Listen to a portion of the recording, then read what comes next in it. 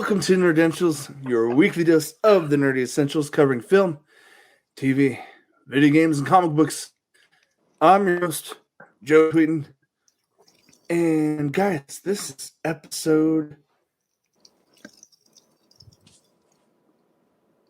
102. That's right, Matthew. Mouthy Matthew. Hey, right here. Here you go. Here's Matt. Here's Matt, live and in color. All right, just kidding. All right, we won't do that to him. We won't do that to him. Than I remembered. You maybe, guys. Let's introduce everyone real quick. Down below, right here, right there, is the Nick Thomas. Nick, welcome to the show. Welcome. I've been here for a while, but thank you. They don't know that. This is all new. No, I've been with the show for a while. Yes, you're not a new member. You're right. I am the Nick Thomas. There are no other Nick Thomases. Are you Nick Thomas? No, I'm not a Nick Thomas. Yeah, I will legally change my name now. Matthew, calm down. I didn't do it. It's like the Brady Bunch pretending to talk to each other by turning our heads. I'm going to look down at you, Nick. Anyway, no, here's why I'm being silly and stupid, guys. Here, let me introduce our third core member of the Nerdentials family. We have the great red-headed ginger, the Matt Johnson. How you doing? Hello, Matthew. Welcome to the episode, the second of the 100s. We're triple digits now, and this is our first time experimenting with live stream. Now, I'm sorry to break the news to anyone coming in here post recording. You didn't miss the broadcast. We're privately streaming right now because we're testing things out. I just wanted to throw that out there to anyone curious about behind the scenes. But episode 102 and beyond, I've got a cat behind me. That's my cat, Thor, and no, I understand. Yeah, it's nerdy. I know. But that being said, guys, this is an experiment in the works. We're trying out a new way of getting our episodes put out there and recorded. So bear with anything that's crazy or weird or slightly unique this time around. That being said, I'm going to, guys, today there's a lot of different things to talk about this week, but there's some really big news and a very specific topic that all of us are pretty passionate about, as could be guessed by Matthew. Something to say, sir? Happy Pi Day, by the way. Is it Pi Day today? 3.14. No, really, is it? Yeah. March 14th is Pi Day. I had no idea. Thank you for enlightening us, sir. 3.147. Do not start with the 100 parts of pie. Too many. Let's not do that. What I would like to say, guys, though, is this should be interesting. You said we're getting into something we're all excited about. Is it finally here?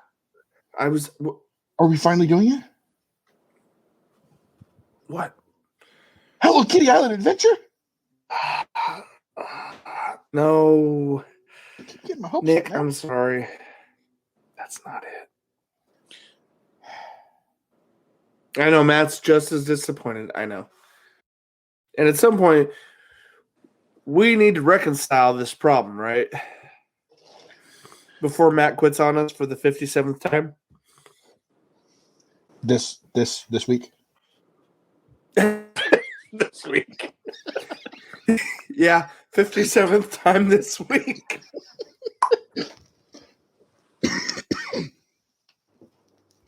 All right, sorry, not mean to interrupt. No, what are we covering? Let's get to it, guys. Episode 102. First off, let me do a brief little bit of housekeeping that we haven't done in I don't know, multitudes of Fortnites, if you will, for all you nerds out there. Guys, if you're hearing us on podcast form, awesome. You've discovered us. Great. We're on YouTube. I know, the cat. I know, he's right there. I know, Matthew. Is that what you're pointing at? Orange Man Thor? He's a ginger too, and soulless. No. Where the cat was and his finger was, he put his finger in the cat's butt. He's an adult, damn it. The cat is not an adult. He's under 1 year of age. Matthew, I'll ask you to stop doing that. All right, now that I see the need to push to a forefront here, guys, here's to move on from this weird moment we're all in. Matt, I see the fingers. Stop it. That's what she said. I'm trying to get through this. All right, so guys, episode 102.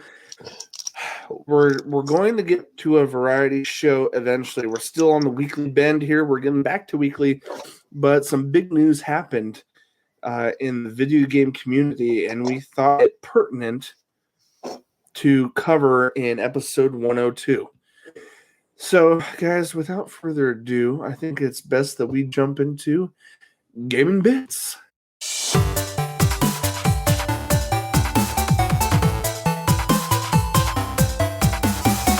Welcome to Gaming Bits. That's right. This is our game talk today. We're going to be kind of specific with our episode this week. And forgive the little segues, the little gaming bits down there. Yeah. Still working out the kinks. We'll have smoother transitions in the future. But guys, we're here today to talk about some pretty big news that has hit the gaming community, and it affects kind of everyone in that gaming community across all platforms. It's kind of pretty big. At the time of this recording, only happened days ago. An official announcement. What's up, Nick? March 11th. Okay. March 11th. This will probably get out a little late because I'm a little backed up right now, but we're getting back on target for releases for our episodes. So this might be a week late, but we're still going to talk about it, and then we'll get caught up the following week. We'll be on target very soon. So that being said, guys, as of March 11th, the official complete acquisition of ZeniMax Media, Nick, is that correct? Yes. Made by Microsoft itself, facilitated through Xbox president Phil Spencer. They paid, what was it? $7.6 billion. Over $7.5 billion, guys. Microsoft, they've been collecting developers, game studios over the last couple of years. They've been doing this for the last few years, but in the last 2 years alone, 2019 saw them add 7 new studios. And then through 2020 to now, it's been officially laid out there across the internet that they made their biggest acquisition yet, and that is ZeniMax, which includes Bethesda Softworks and about 8+, 7+ studios under that banner at ZeniMax.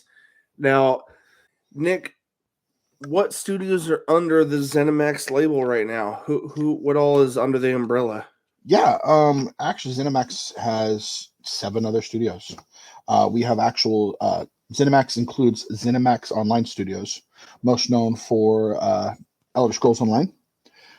We got Tango Gameworks, Roundhouse Studios, Machine Games, id Software, Bethesda Softworks, Arcane Studios, and AlphaDog Games. Dude, Some of those, like I wasn't even aware of. I'm sure we've seen the game titles, but like the studio names, I didn't know. Like probably a third of them. Machine Games. That's really familiar because I just recently for our channel covered 2 new titles from Machine Games. They tend to focus on the Wolfenstein series, first-person shooters. So, guys, look, shameless plug. Look forward to that on our Nerdentials YouTube channel this week, starting tomorrow, and throughout the rest of the week, and possibly bleeding into the next week. Each day, I'm going to drop a new video covering a title from Bethesda that has landed on Game Pass, and to that conversation later. But Wolfenstein, they do good stuff. I mean, all of them do good stuff. I don't know what I'm saying by that. Tango Gameworks, Matt should actually know this name very well, was started by Shinji Mikami, was one of the main developers for Capcom for the Resident Evil series. He actually left them and started his own studio, and they're known for The Evil Within and Ghostwire Tokyo. Oh, wait, Ghostwire, that's a new title. That's a next-gen title coming. That hasn't come out yet. What was the last title? What did you say before that? Evil Within. Evil Within. Oh, another shameless plug. I did a video on that. That's coming this week as well. Yeah, Evil Within's pretty cool. Looks like I'll be downloading some games. I mean, id Software, we know for games like Quake and Doom. Right. Doom guy. Bethesda, does it really have to be said? We know what they do. Fallout. id Software and Bethesda, yeah. Elder Scrolls and Doom titles up the wall. Guys, another third shameless plug. I've got Classic Doom, Doom 2, and Doom 64, Doom 2016 coming out later this week for our Player Pass series. Check that out. Those are coming soon. But all of those, the long, short of it, they're all Game Pass. Those we just listed off are actually on Game Pass right now at the time of this recording. So by the time you hear us talking about it, if you're not already aware of it, go check it out. Go start downloading some stuff. Nick, thanks for the list. I think I'd like to do. First off, let's talk a little bit about what has come out media-wise online, like what we've seen from the big heads that have talked about it. Phil Spencer, the heads of Bethesda and ZeniMax, some of the lead developers from said IPs that come out of ZeniMax and Bethesda. First off, let me throw this out there. There was a round table, roughly an hour and 15-minute video of all the lead big heads from ZeniMax and Bethesda and Microsoft themselves coming in, sitting in a studio, and now they're still doing social distancing because still in that time of the world where we're not past the pandemic. We're getting there. We're getting close. But so there were 6 people in the studio physically, and then they did some internet calls to a few other people in the industry that are connected to ZeniMax and Microsoft. And during that discussion, everyone was really candid about the partnership, about there was no obviously you're not going to talk about cons. We can discuss that from opinionated side, but what was presented in that roundtable discussion, everything was pretty pros of what this partnership means, the future of the company, the future of both companies, how they can benefit each other by this they call it a partnership. Yeah, granted, they dropped a few billion to straight up own them, to put it lightly. But we've talked about Phil Spencer, president of Xbox, of the Xbox team. We've talked about him multiple times about his consumer-minded nature, how he's in it for the gamers. And we're not. He's trying to run a company, a billion-dollar company. We know that. Like, we know he's got to come in at it from a business angle, but I think all of us agree he's really on target from both appeasing us as consumers, but also understanding that the future of their business. That's where their business is going to grow, is connecting with us, the consumers. And I think that's really freaking smart. I'd like to pass around to the table here to have a little bit of discussion about that. Shoot, what's a good question to start with, Nick? Because I know you've watched it, and even Matt, even though you didn't watch the roundtable yet, you're going to get a little bit of a fill-in. But where should we start regarding this discussion? Where our hopes are for it, and then we'll get into what they actually talked about. Perfect. All right, Nick, since you said that, I'm going to throw it down to you first. Where do you think where are your hopes for this partnership? I actually have a lot of hopes for this. There are a lot of games that these small studios have kind of dropped, not for the sheer fact that they weren't good games, because they were fantastic games. They just haven't been revisited because the technology hasn't been up to it. But these were genre-defining games. I'm a PC gamer through and through, and always have been. My first-person shooter, the first one that drew my attention ever was a gem that kind of defined first-person action shooters, Quake. And that was by id Studios, but they were kind of a smaller studio back then. But now with this acquisition and it being done by Microsoft, it was mostly on PC. I'm hoping it might revive some of the want to bring back Quake, because it was like Doom, but I felt it was a richer story. I just realized that we haven't seen anything from the Quake franchise in a long time, actually. Yeah, 2010. Wow. Yeah, and then they did a re-release of their Quake Champions in 2018, I want to say, but it was all exclusively computers. It was like an arena-based thing where people were able to play a lot of the old stuff. Yeah. But a lot of these things that kind of fell to the wayside, hopefully Microsoft will kick someone into gear to bring them back. Not just Quake. There's other ones out there that would be awesome to see come back.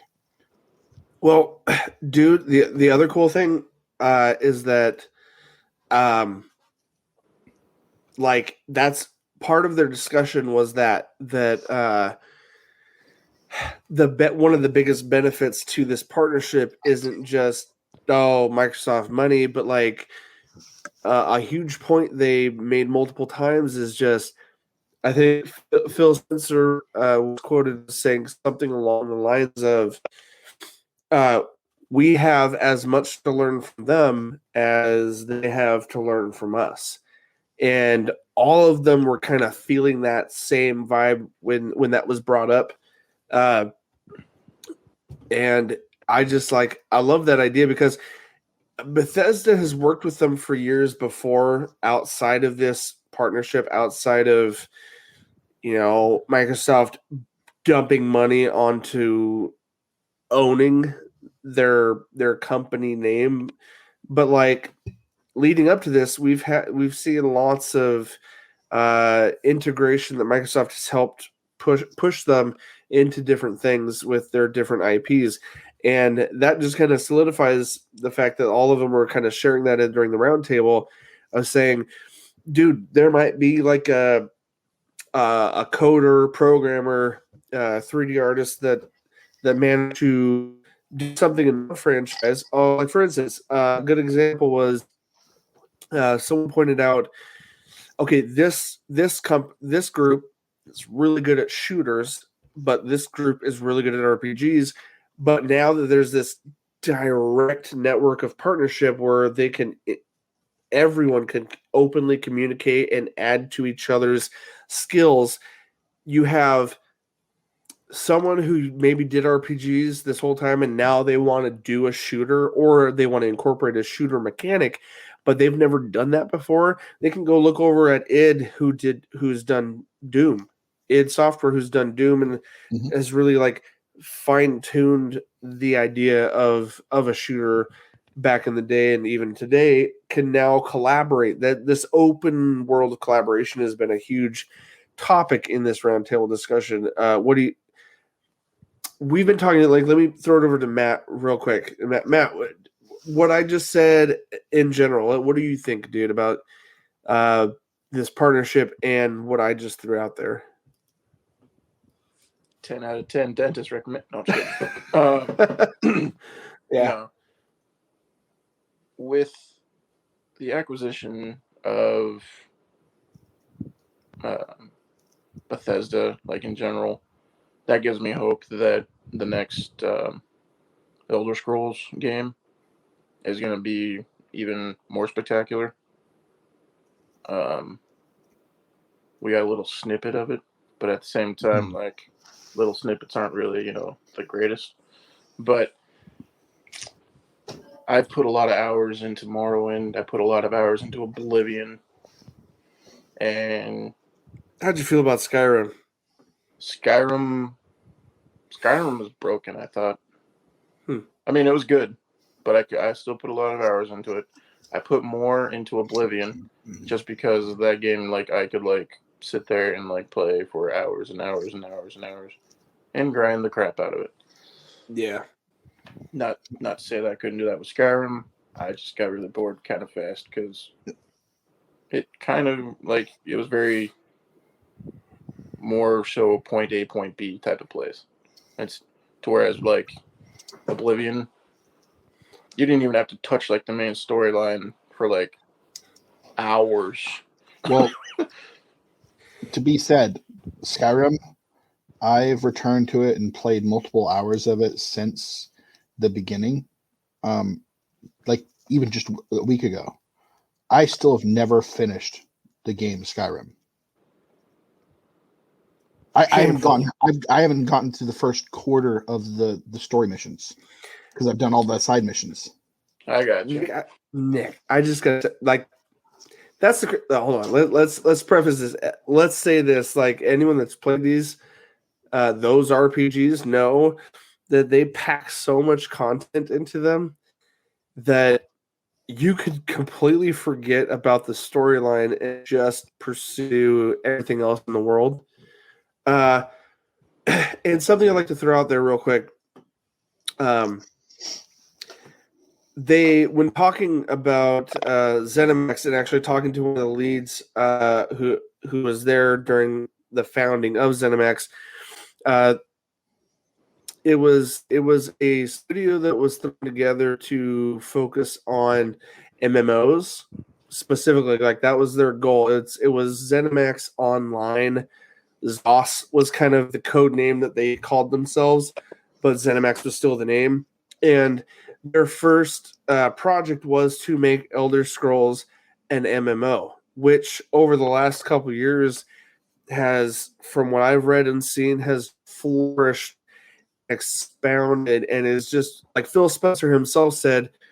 He's an EOS an EOS player. He actively gets on there, and he said the community is so incredible. It's so fun, and he every time he gets on, he forgets how enormous that world is, because it takes areas of every major game that's come up through the Elder Scrolls. From Arena to Cyrodiil to the places in Skyrim and Oblivion. Cyrodiil was like, the capital of Cyrodiil, wasn't that Morrowind, I believe? Yeah.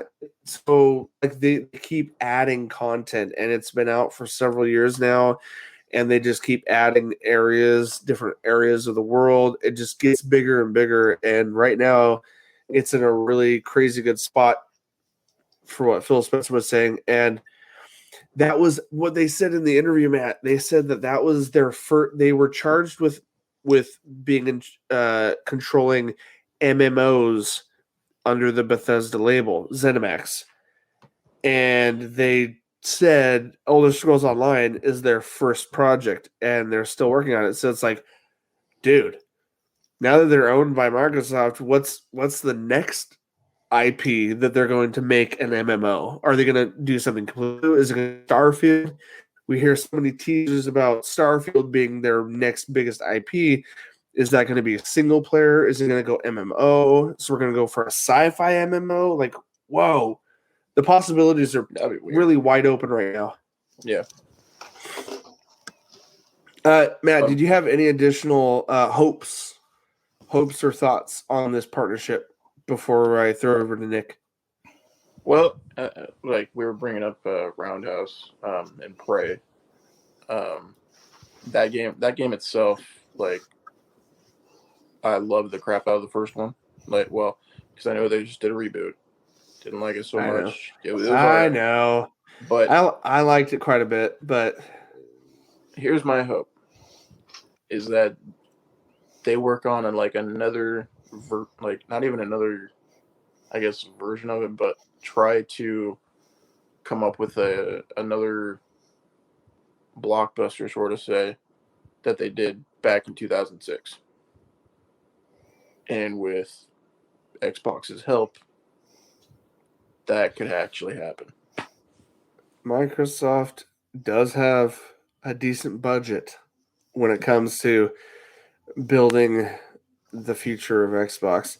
One of the biggest takeaways I got from this, especially from Phil Spencer's perspective, is just that, and even the heads from Bethesda were all in agreement that this just me with the Game Pass thing, because they've already been working with them on releasing some things on Game Pass before this acquisition completed. We already had stuff from Bethesda dropping, Doom Eternal, a huge. I bought it. I bought it like a month before it landed on Game Pass, and then everyone announced, guess what? Microsoft cut a deal with Bethesda, and boom, Doom Eternal's on Game Pass. And I'm like, dang it. Yes, but dang it, because I already invested in the game, personally, but like, yay. More. What is constantly repeated is just the Bethesda's so excited about Game Pass because what it means for the future of developers in general. When you get on this program with Microsoft, this whole Game Pass endeavor, it's a big thing for small groups, for indies, for small developers to just get exposed, and it's an even niche genres, niche titles. Elder Scrolls. Maybe I've always been a first-person shooter, and I don't care about fantasy stuff. But hey, guess what? Because all the RPGs for Bethesda are here, and I'm already a Game Pass holder. What's a quick little? I'll try it out. I don't have to pay anything extra. I'm already paying for a subscription, and that's one of the hugest excitements I think all of us feel, and one of the biggest hopes for the future is that more unique games, the freedom of creativity is going to be exposed to a bigger audience that might not have been able to be exposed to because of this Game Pass flat platform. We've talked about Game Pass in the past about how does this compare to what Sony's doing, and right now, guys, I think we can all agree that Microsoft's on the warpath for getting their content out to as many people as possible. And because that speaks to the heart of the consumer, that's slowly turning. We talk about fanboy console war crap. Like, at the heart of it, none of us care about that. We just want to play the best games the best way possible. And we want to play with our friends. We've talked about this for years. And every time we bring up Microsoft and Sony, we're like, well, guys, the biggest thing right now is Microsoft is speaking to the heart of the gamer. Even Sony PlayStation gamers. Like, Phil Spencer's a gamer himself. He's speaking to us, the gamer, and he's like, here, I want these cool creations to be played with as many people as possible. Guys, I think we're hitting a critical point, and ask you guys for your concluding thoughts on what I just said as we get out of this. I completely agree with what Joe was talking about, and I'm excited, personally, to test out my waters as far as like with the Game Pass thing. Like if they actually bring like some of those like A plus titles to Game Pass, I mean, which they kind of already did, They but already did. like in the future, I mean, like I'm willing to like be like, hey, I'll give it a try. Doesn't look like I might like it, but I'll give it a try just because I have Game Pass. Awesome perspective. I think we're on the same page. Nick, what's your closing thoughts on this big topic? One of the biggest things that's been in the forefront of most gamers on this whole Sony or Xbox thing has been exclusivity.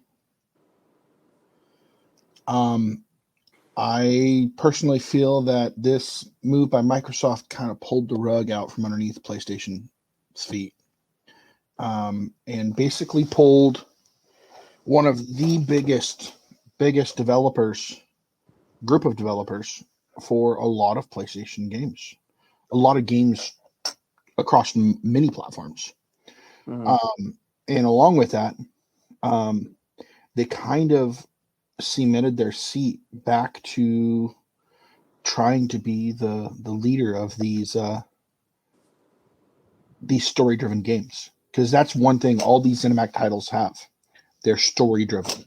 All the Elder Scroll games, they're story-driven. They're big, immersive. The Fallout games, big and immersive. Even like some of the other games, like the Dishonored. You look at Doom. You look at Doom in those games. They're not just a shooter.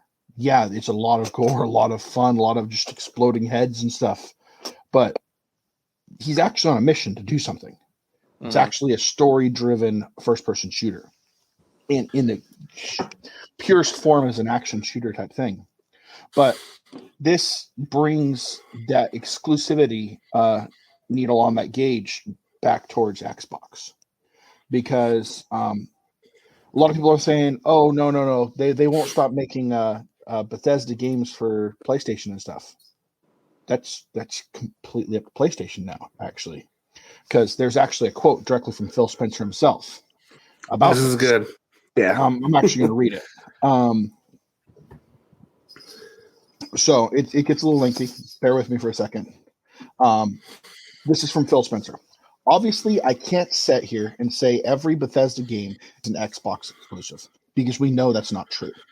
He explained. There's contractual obligations that we're going to see through. We have games that exist on other platforms, and we're going to go and support those games on the platform they're on. There's communities of players. We love those communities, and we'll continue to invest in them. And even in the future, there might be either contractual things or legacy on different platforms that we'll go do. But if you're an Xbox customer, Spencer continued, the thing I want you to know is that it is about delivering great exclusive games for you that ship on platforms where Game Pass exists. And that's our goal. That's why we're doing this. That's the root of this partnership, and what we're building. And the creative capability we'll be able to bring to market for Xbox customers is going to be the best it's ever been for Xbox after we're done here. I just realized something. What I get from that... Oh, go ahead.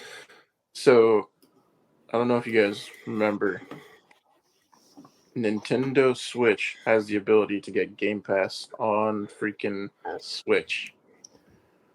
Yeah. That is freaking epic. Sorry. No, you're right. You're bringing up a point you're bringing up a point that we've talked about before. And that was like, not everything on Game Pass is available right now, but that is like Microsoft made a partnership with Nintendo last year, a year before 2020, of making Game Pass a viable option on Switch.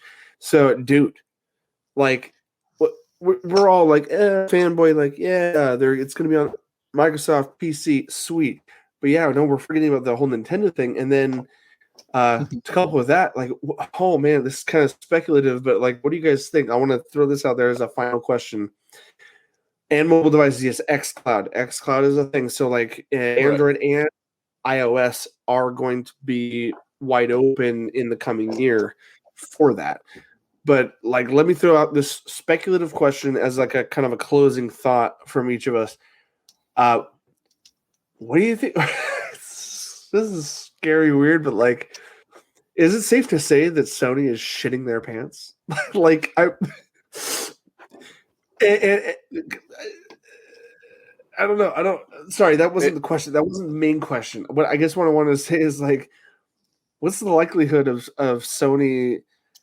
I guess taking a deep breath and like allowing something like Game Pass being optional on a PlayStation. Are they going to pee their pants enough that they eventually do that? What do you guys think? Anyone who wants to say first? Go ahead. Here's the way I'm looking at it. Back in the early 2000s, Xbox and Sony were doing this tit for tat. Who's going to have the most exclusives? Who's going to get the most systems and stuff like this? And Xbox quite literally said, I'm done playing that game.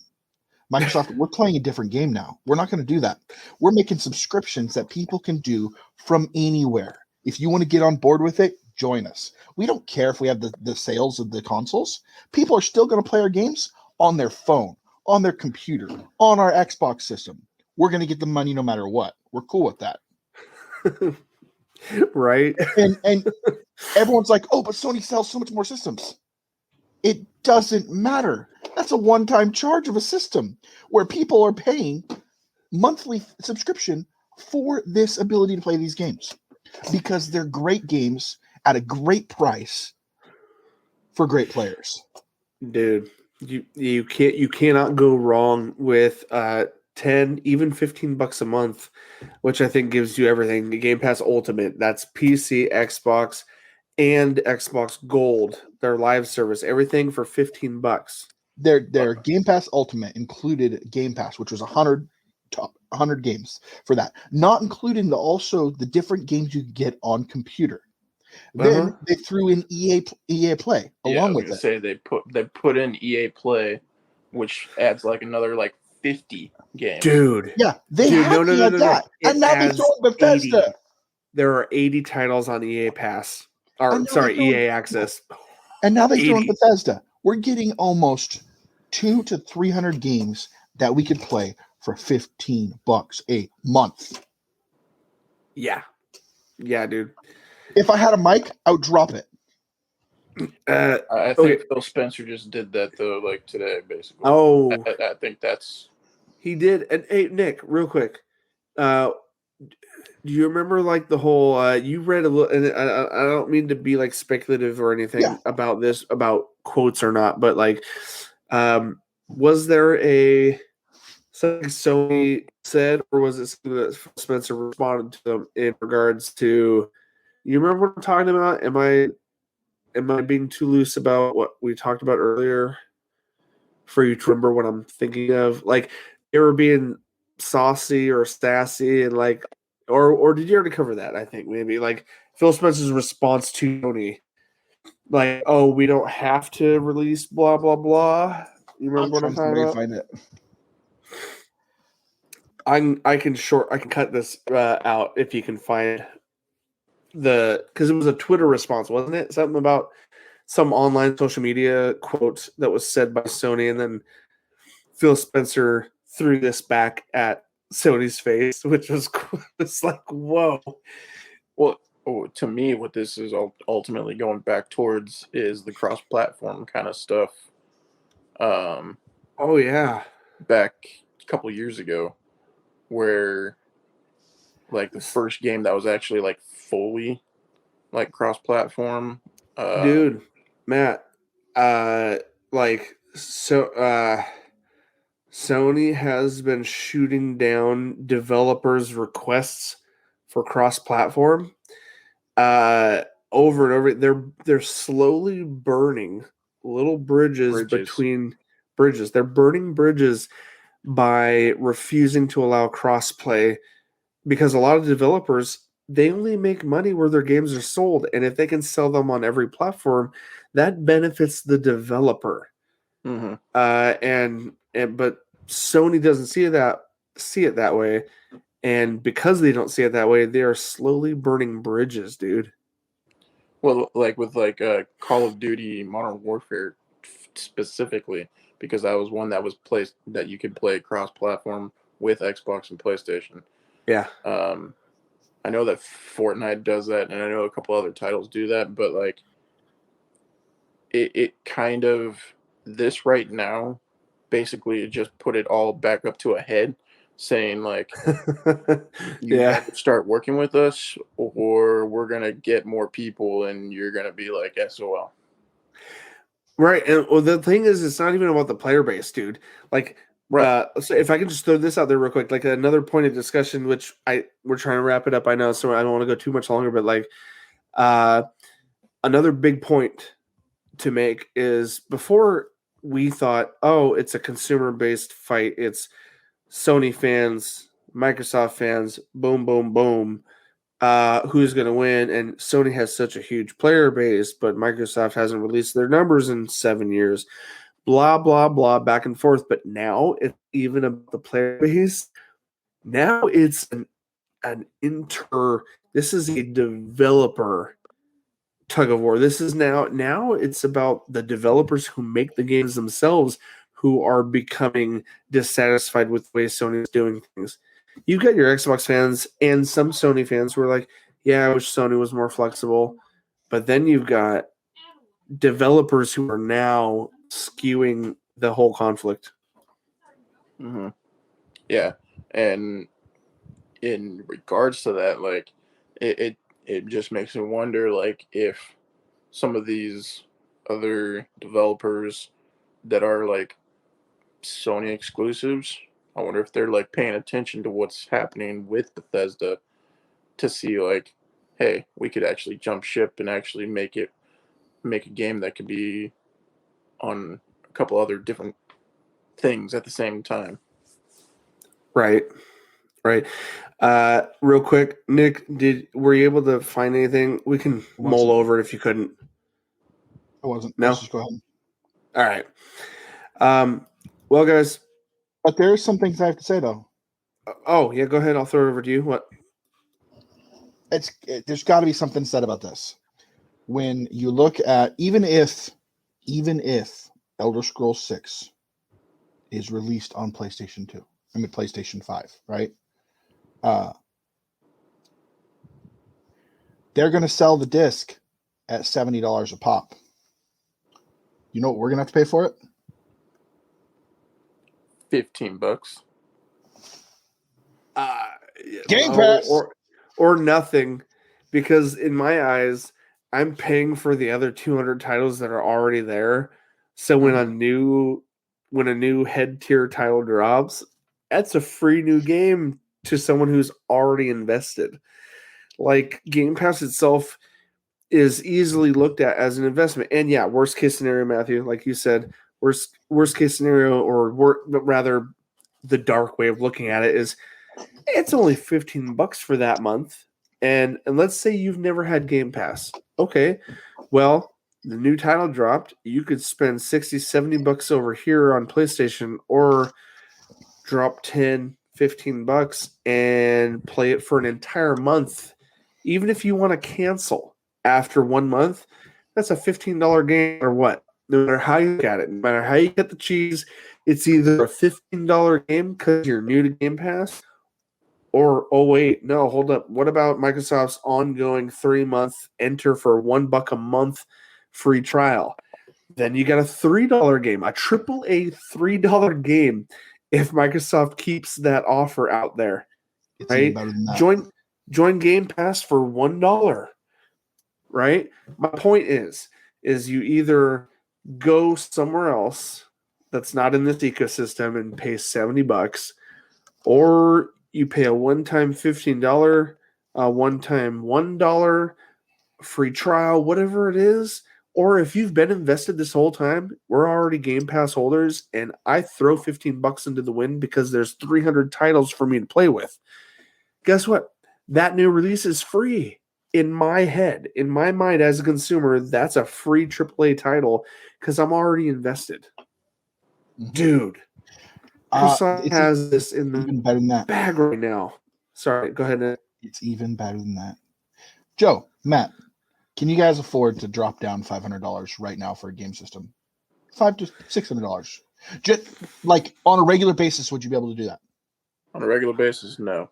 Okay. No. I was going to say right with at this moment, taxes maybe. and stuff. No. Yes. Now could you afford $35, $36 a month? I see where you're going. Go ahead. Okay. Throw it out there. What are we saying? One of the things, I don't want to seem like a Microsoft fanboy here, but one of the things they did is they won over the people that cannot afford to shell out the $500 to $700 for a system. They looked at people and said, we want everyone to be able to play our games. Everyone. And we're going to make it affordable and accessible for each person. They came out with something called Microsoft All Access. Yes. Throw it out there. Microsoft All Microsoft, Access. please sponsor us in the future. You could pay, I think it was like $34 or $36 a month. And with it, they give you they give you the Xbox Series X. They give you the controller, all the stuff that comes with it. They give you Game Pass Ultimate, which includes all the games that we've been talking about, gold and everything, for a price a month. It actually ends up being cheaper to pay for their monthly subscription than it would be for you to purchase the Xbox Series X and pay your monthly subscription on top of it. It ends up being $50 cheaper. Think about it this way, Nick. Hold on for 1 second. Like we're talking like roughly $35, $36 at best per month for the Series X, a little cheaper for the Series S, and you're getting that whole monthly subscription on top of it for $36, not higher than that.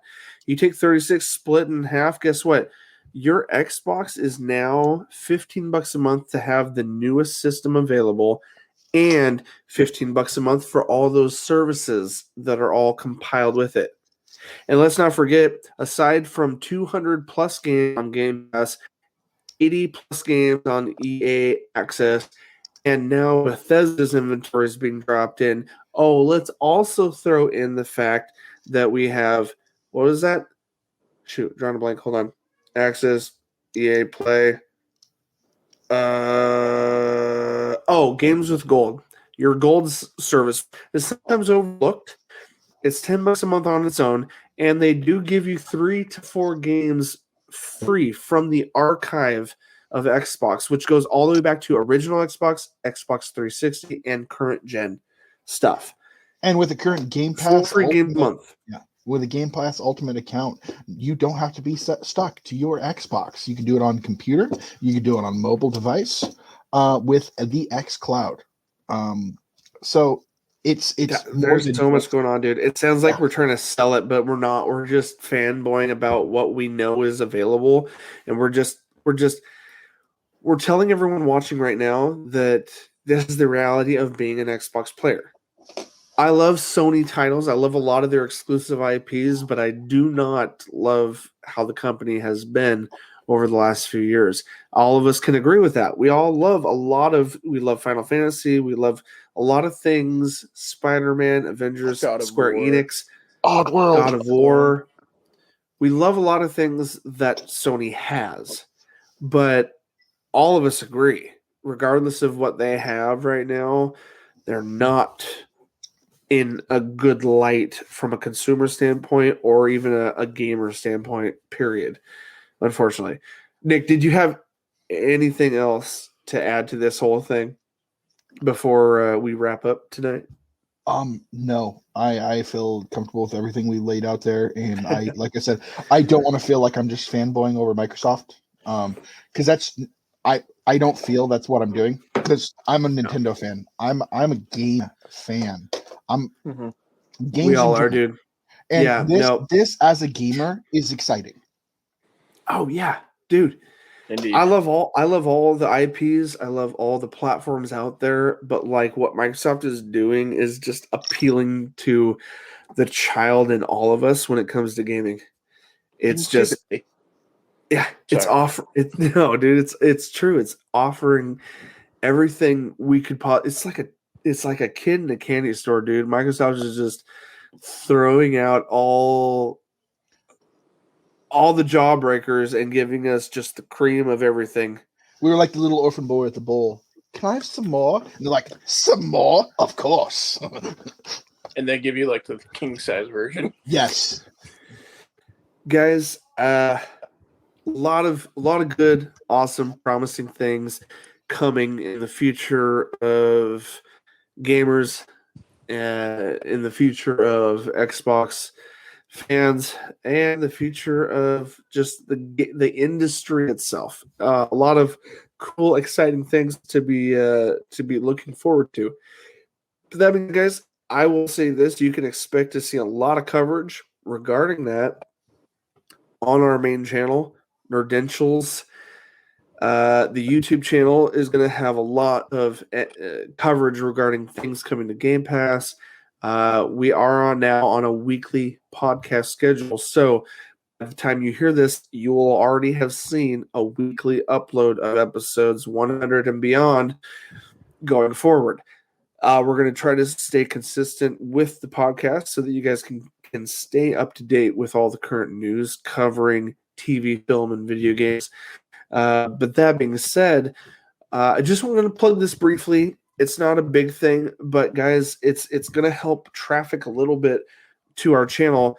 We also have a trailers specific channel. It's already out there. It's already live. There's already 150 trailers on there, and it covers film, TV, and video games. Whatever is new coming out, you can watch trailers for your latest movies, video games, or TV. It's on there right now, called Nerdentials Trailers.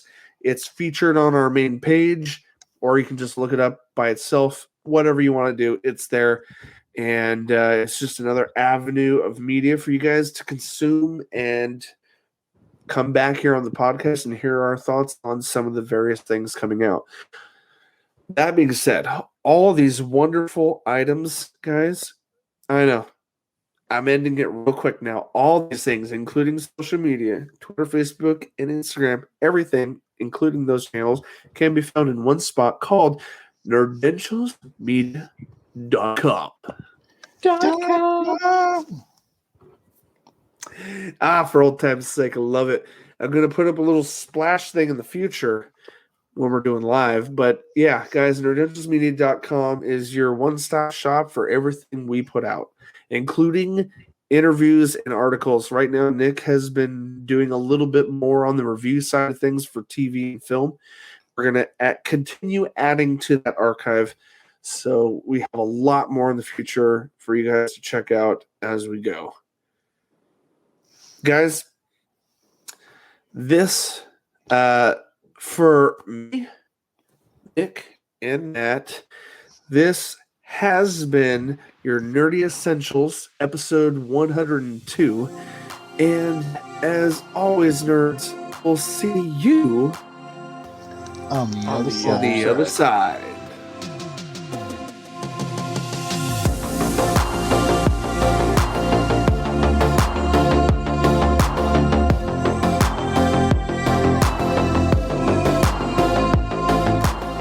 On the underside.